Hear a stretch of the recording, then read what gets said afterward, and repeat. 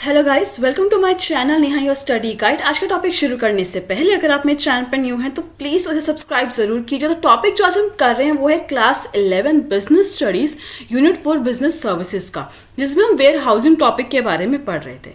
आज हम पढ़ेंगे फंक्शंस ऑफ वेयर हाउसिंग के बारे में। तो सबसे पहले वेयर हाउस क्या होता है? एक स्टोरेज, ठीक है, जहाँ पे हम हमारे गुड्स को रख सकें। एक स्टोरेज प्लेस होता है जहाँ पे अगर कोई एक्सेस में प्रोडक्शन हो गई है या फिर किसी रिटेल या होलसेल आउटलेट ने एक्स्ट्रा गुड्स बाय कर लिए हैं, तो जो एक्स्ट्रा स्टफ होता है वो रखने के लिए जो स्टोरेज की एक जगह होती है हम उसे क्या कहते हैं? वेयर हाउस कहते हैं। पहला फंक्शन क्या है हमारा वेयर हाउसिंग का? कंसोलिडेशन। काफ़ी सारे फंक्शंस होते हैं जो कि वेयर हाउस परफॉर्म करता है। In this function, the warehouse receive and consolidates material goods from different production plants and dispatch the same to a particular customer on a single transportation shipment. अब consolidation में क्या कर रहा है? जो warehouse है, जैसे कि एक ये warehouse है, तीन तरह के प्लांट है। एग्जाम्पल लेके चलते हैं। तीन तरह के प्लांट है, plant A, plant B and plant C. ठीक है, तीन तरह के प्लांट से अलग अलग स्टफ जो है यहाँ वेयर हाउस में रखा जाता है। अब जैसे कि एग्जाम्पल लेके चलते हैं कि प्लांट ए जो है पेन बनाता है, प्लांट ए जो है पेन बनाता है, प्लांट बी जो है पेंसिल बनाता है और प्लांट सी जो है स्केल बनाता है। ठीक है, स्केल वगैरह बनाता है। तो इन सबको क्या, प्लांट ए का जो पेन आ रहा है वो भी यहाँ रखा जा रहा है, प्लांट बी जिससे पेंसिल आ रही है वो भी यहाँ रखी जा रही है। ठीक है, और प्लांट सी से जो स्केल आ रहा है वो भी यहाँ रखा जा रहा है। यहाँ पे क्या कर रहा है वेयर हाउस? कंसोलिडेट कर रहा है। सारे स्टफ को एक साथ यहाँ पे लाके रखा जाता है डिफरेंट डिफरेंट प्रोडक्शन प्लांट से। ठीक है, and dispatch the same to a particular customer. Particular customer जिससे भी जो भी उनके क्लाइंट होंगे, जो भी उनके कस्टमर्स होते हैं, जो उनका स्टफ बाय करते हैं, उन्हें सिंगल ट्रांसपोर्टेशन में शिपमेंट करते हैं। सिंगल ट्रांसपोर्टेशन में शिपमेंट करने का मतलब है, अब जैसे कि यहाँ वेयर हाउसिंग में काम किया जा रहा है, जैसे कि आपने स्टेशनरी की शॉप पे देखा होगा, काफ़ी सारे ऐसे पाउचेज आते हैं या फिर इस तरीके से कुछ बनी हुई आती हैं चीज़ें जिसमें पेन सेट होता है, मतलब पेंसिल, पेन, मार्कर, स्केल, जैसे पूरा सेट बना होता है। उसमें इरेजर, शार्पनर्स, काफ़ी सारी चीज़ों का एक सेट बना होता है। तो ये जो कंसोलिडेशन का काम होता है ये इस वेयर हाउस में किए जाते हैं। मतलब अलग अलग जगह से, कहीं से पेंसिल मंगा लेंगे, कहीं से पेन मंगा लेंगे या ले आएंगे, किसी प्रोडक्शन प्लांट से ले आएंगे, किसी लोकल सोर्स से ले आएंगे, मतलब अलग अलग सामान ला के यहाँ पे उनके सेट बनाए जा रहे हैं। ठीक है, और वो बने बनाए सेट अपने पर्टिकुलर कस्टमर को आगे सेल कर देते हैं, उनको शिपमेंट कर देते हैं, उनको बेच देते हैं, उनकी जो बिजनेस प्लेस है वहां पे उनको ट्रांसपोर्ट करा दिया जाता है। तो ये काम किस में किया जाता है? वेयर हाउस में किया जाता है, जिसे हम कंसोलिडेशन फंक्शन कहते हैं। मतलब अलग अलग प्लांट से सामान मंगाया, उनके सेट बनाए और आगे जो है वही एक सिंगल ट्रांसपोर्टेशन में अपने आगे कस्टमर्स को, क्लाइंट को सेल आउट कर दी। नेक्स्ट है हमारा ब्रेक द बल्क फंक्शन। ये देखो, एक यहाँ पे वर्ड से ही पता चल रहा है, मतलब बल्क में, बल्क मतलब लार्ज क्वांटिटी के गुड्स को ब्रेक करना। ये फंक्शन भी जो है वेयर हाउस में ही परफॉर्म किया जाता है। The warehouse perform the functions of dividing the bulk quantity of goods received from the production plant into smaller quantity. मतलब वेयर हाउस में बल्क क्वांटिटी में गुड्स को रखा जाता है और आगे स्मॉलर क्वांटिटीज में जो है उनको आगे सेल किया जाता है। जैसे कि एक होलसेल शॉप है, ठीक है, वो कोल्ड ड्रिंक्स वगैरह बेचती है। वो क्या करती है अपने वेयर हाउस में बल्क में, मतलब जो कार्टन्स होते हैं 100 कार्टन्स, 50 कार्टन्स, इस तरह से जो है कार्टन्स मंगा के अपने वेयर हाउस में रख लेती हैं और उनको फिर स्मॉलर क्वांटिटीज में जो है आगे उनको सेल आउट कर देती है जैसे जैसे उनकी डिमांड आती है। ठीक है, the smaller quantities are then transported according to the requirement of the client. जो भी क्लाइंट की रिक्वायरमेंट होती है, कस्टमर की डिमांड होती है, उसके हिसाब से स्मॉलर क्वांटिटी में उनको जो है आगे सेल आउट कर दिया जाता है। तो यहाँ पे ब्रेक द बल्क में क्या हो रहा है? बल्क में क्वांटिटी को खरीदा और आगे छोटी छोटी क्वांटिटी में उस गुड्स को जो है आगे सेल कर दिया। नेक्स्ट आता है स्टॉक पेलिंग। इसमें क्या होता है? The next function of warehousing is a seasonal storage of good. इस यहाँ पे वेयर हाउस में क्या फंक्शन परफॉर्म किया जा रहा है? Seasonal storage. जैसे कि अब गर्मियाँ चल रही है, समर्स चल रहा है, तो एक एग्जाम्पल लेके चलते हैं कूलर्स। समर्स में जो है कूलर्स काफ़ी ज़्यादा बिकते हैं। ठीक है, तो यहाँ पे शॉपकीपर क्या करते हैं? कूलर्स का जो एक स्टॉक होता है वो समर आने से पहले ही उस स्टॉक को मेंटेन कर लेते हैं। मतलब उनको देखो एग्जैक्टली एक नहीं पता चलता कि एग्जैक्टली कितनी जो है कूलर्स की डिमांड आएगी। एक एग्जांपल लेके चलते हैं कि भाई एग्जैक्टली कितने कूलर्स की डिमांड आएगी। एक हल्का फुल्का आइडिया होता है कि हाँ भाई इतनी डिमांड आ सकती है। अब किसी को नहीं पता ना कि एग्जैक्टली कितने जो है कूलर्स की डिमांड आएगी। वो स्टॉक कम भी पड़ सकता है, वो स्टॉक ज़्यादा भी हो सकता है। बट क्या करते हैं वो कि भाई आगे पता ना मिले ना मिले, आउट ऑफ स्टॉक हो जाए, क्या कंडीशन रहे क्या ना रहे, तो वो पहले ही क्या करते हैं सीजन के हिसाब से गुड की स्टोरेज कर लेते हैं कि जैसे ही सीजन आएगा वो अपने गुड्स को बाहर निकालेंगे और उसको सेल आउट कर देंगे। तो इसको क्या कहते हैं, फंक्शन को स्टॉक पाइलिंग। गुड्स और raw material which are not required immediately, अभी इमीडिएटली नहीं चाहिए सेल या मैन्युफैक्चरिंग के लिए, लेकिन उसको वेयर हाउस में स्टोर कर दिया जाता है कि जब भी जरूरत होगी उसको यूज कर लिया जाएगा। एग्रीकल्चर प्रोडक्ट जो है इसका एक एग्जाम्पल है, which are harvested at a specific time. सबको पता है कि हर एक सीजन होता है कोई ना कोई जो है हार्वेस्टिंग करने का, मतलब वीट का अपना एक सीजन होता है, बाजरा ज्वार, मतलब इनका एक सीजन होता है जिसमें ये ग्रो होते हैं, ठीक है, ग्रो होते हैं, देन उनको हार्वेस्ट किया जाता है, लेकिन इनका कंजम्पशन होता रहता है। अब जैसे कि गेहूं है उसका कंजम्पशन पूरा साल होता ही रहता है, तो कहीं ना कहीं इसको क्या किया जाता है, वेयर हाउस में स्टोर करके रखा जाता है ताकि बाद में जब जरूरत हो तो लॉट्स में इनको रिलीज कर दिया जाए, जैसे जैसे डिमांड आई वैसे वैसे उसकी सप्लाई कर दी जाए, ठीक है। बट इन वेयर हाउस में पेरिशेबल गुड्स को नहीं रखा जाता है। पेरिशेबल गुड्स कौन से होते हैं, जो जल्दी खराब हो जाते हैं, तो उनको स्टोर करने का कोई फायदा नहीं है जब वो जल्दी खराब ही हो जाएंगे। तो जो नॉन पेरिशेबल होते हैं नेचर में, मतलब जो गुड्स जल्दी ज़्यादा खराब नहीं होते हैं, जिन्हें आप थोड़े टाइम तक स्टोरेज करके रख सकते हो, उन्हीं गुड्स को जो है इन तरह के वेयर हाउस में रखा जाता है। तो ये भी एक फंक्शन है जो वेयर हाउस परफॉर्म करता है।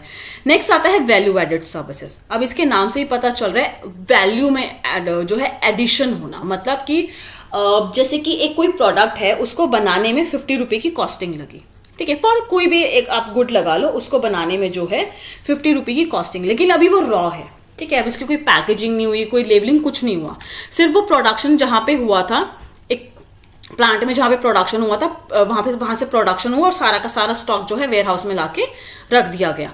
अभी उसकी कॉस्टिंग कितनी है प्रोडक्ट की, 50 रुपीज़, ठीक है, अभी वो रॉ में है, रॉ है, अभी उसकी प्रोडक्शन हुई है, खाली वो 50 रुपये का कॉस्टिंग उसकी आई है। अब वैल्यू एडिशन होगा, मतलब जैसे जैसे उस पर पैकेजिंग करी जाएगी, उसमें लेबलिंग की जाएगी, तो कहीं ना कहीं उसकी कॉस्ट इंक्रीज होगी। तो ये फंक्शंस कहाँ परफॉर्म किए जाते हैं, वेयर हाउस में परफॉर्म किए जाते हैं। यहाँ पे पर्टिकुलर जो है लेबर को या एम्प्लॉयज़ को रख दिया जाता है जो स्पेसिफिकली इसी कामों के लिए होते हैं कि आपको इसकी अट्रैक्टिव पैकेजिंग करनी है, इस पर लेबलिंग करनी है। ग्रेडिंग फंक्शन भी जो है इसमें किया जाता है।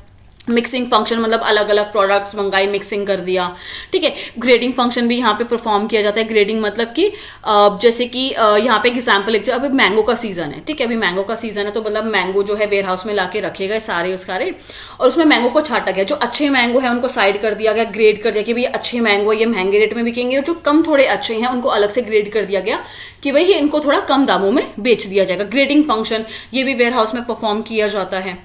Goods sometime need to be open and repacked and labelled again.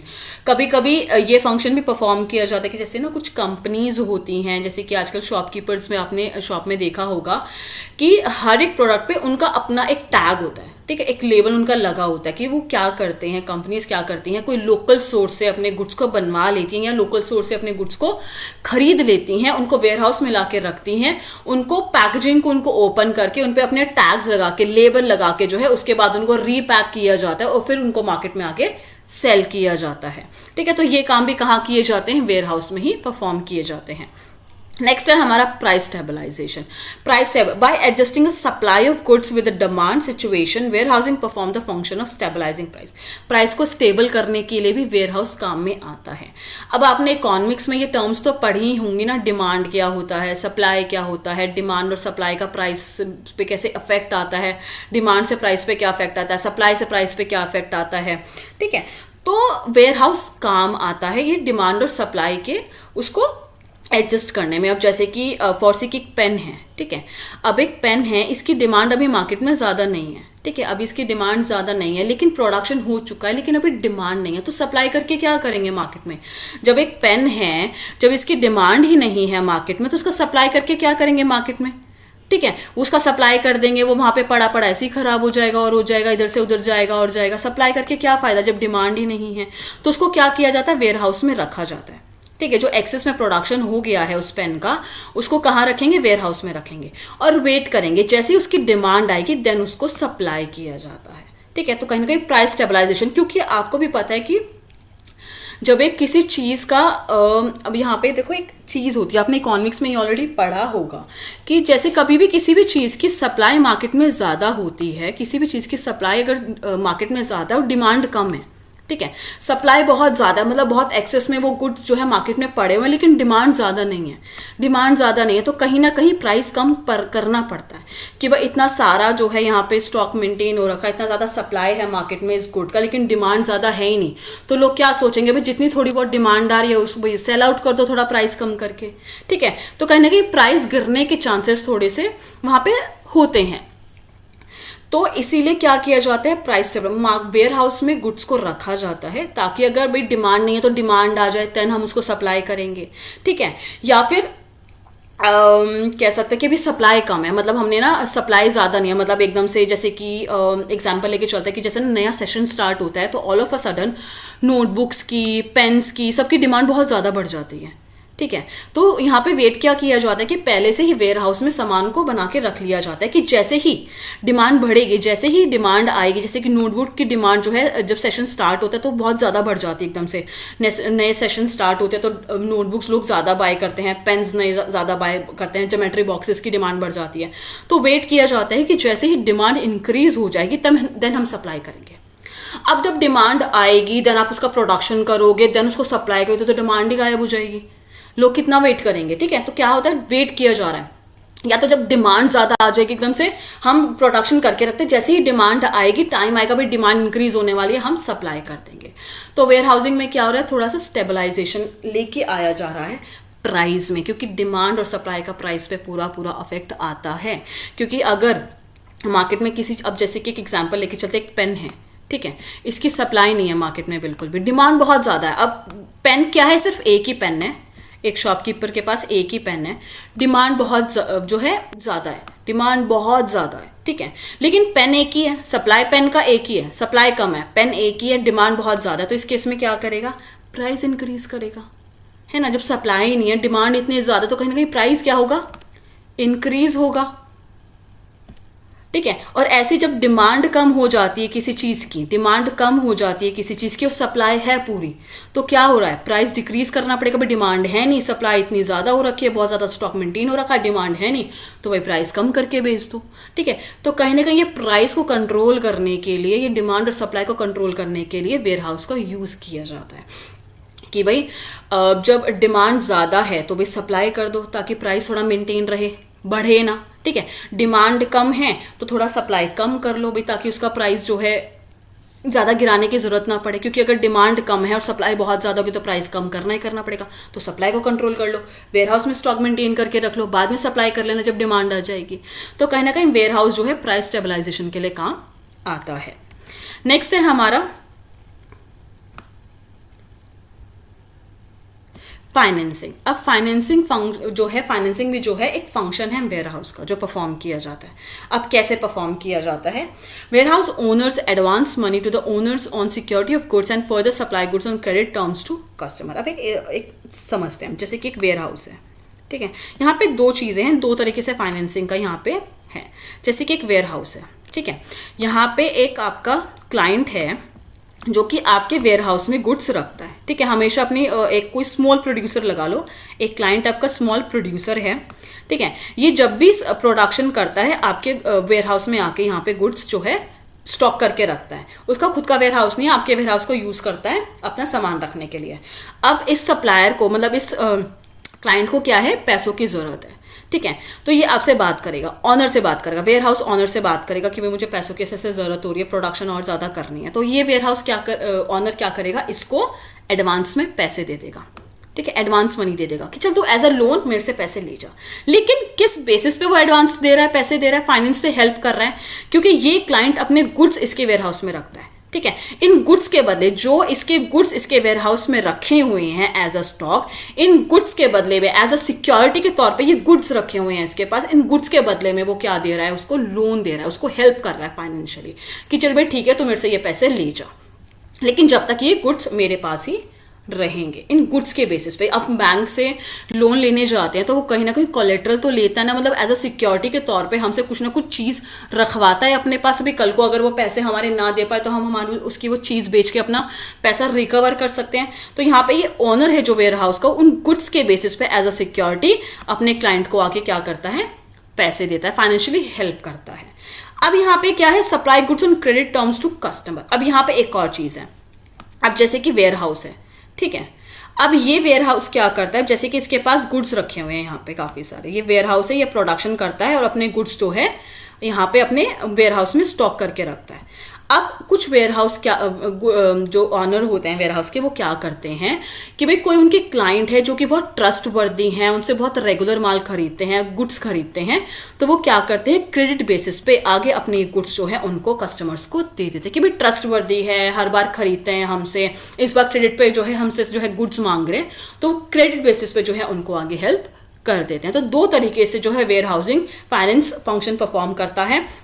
एक तो जो क्लाइंट है, जो गुड्स उनके वेयर हाउस में एज अ स्टॉक मेंटेन करते हैं, उनको जो है फाइनेंशियल हेल्प करते हैं, और वेयर हाउस जो उनके कुछ परमानेंट क्लाइंट्स है जो उनसे जो है गुड्स बाय करते ही करते हैं, उनको जो है क्रेडिट बेसिस पे जो है आगे गुड्स दे देते हैं क्योंकि वो ट्रस्ट वर्दी हैं, भाई रेगुलर कस्टमर है ऐसे। तो हम लोगों ने क्या किया यहाँ पे जो है फंक्शंस देखे। पहला कंसोलिडेशन, मतलब अलग अलग प्लांट से जो है गुड्स खरीदा, अपने वेयर हाउस में कंसोलिडेट किया। Break the bulk, large quantity में गुड्स जो है बाय करना, देन स्मॉलर क्वांटिटीज में आगे सेल आउट करना। स्टॉक पेलिंग मतलब सीजनल गुड्स जो गुड्स होते हैं उनका स्टोरेज करना। Value added services like grading, mixing, packaging, labelling, ऐसी एक्स्ट्रा जो है सर्विसेज वेयर हाउस में परफॉर्म की जाती है। प्राइस स्टेबलाइजेशन में हेल्प करता है जो है वेयर हाउस, और नेक्स्ट आता है हमारा फाइनेंसिंग में भी हेल्प करता है। आई होप गाइस कि आपको टॉपिक क्लियर हो गया होगा। अगर आपको कोई भी डाउट हो तो मुझसे कमेंट सेक्शन में पूछ सकते हैं।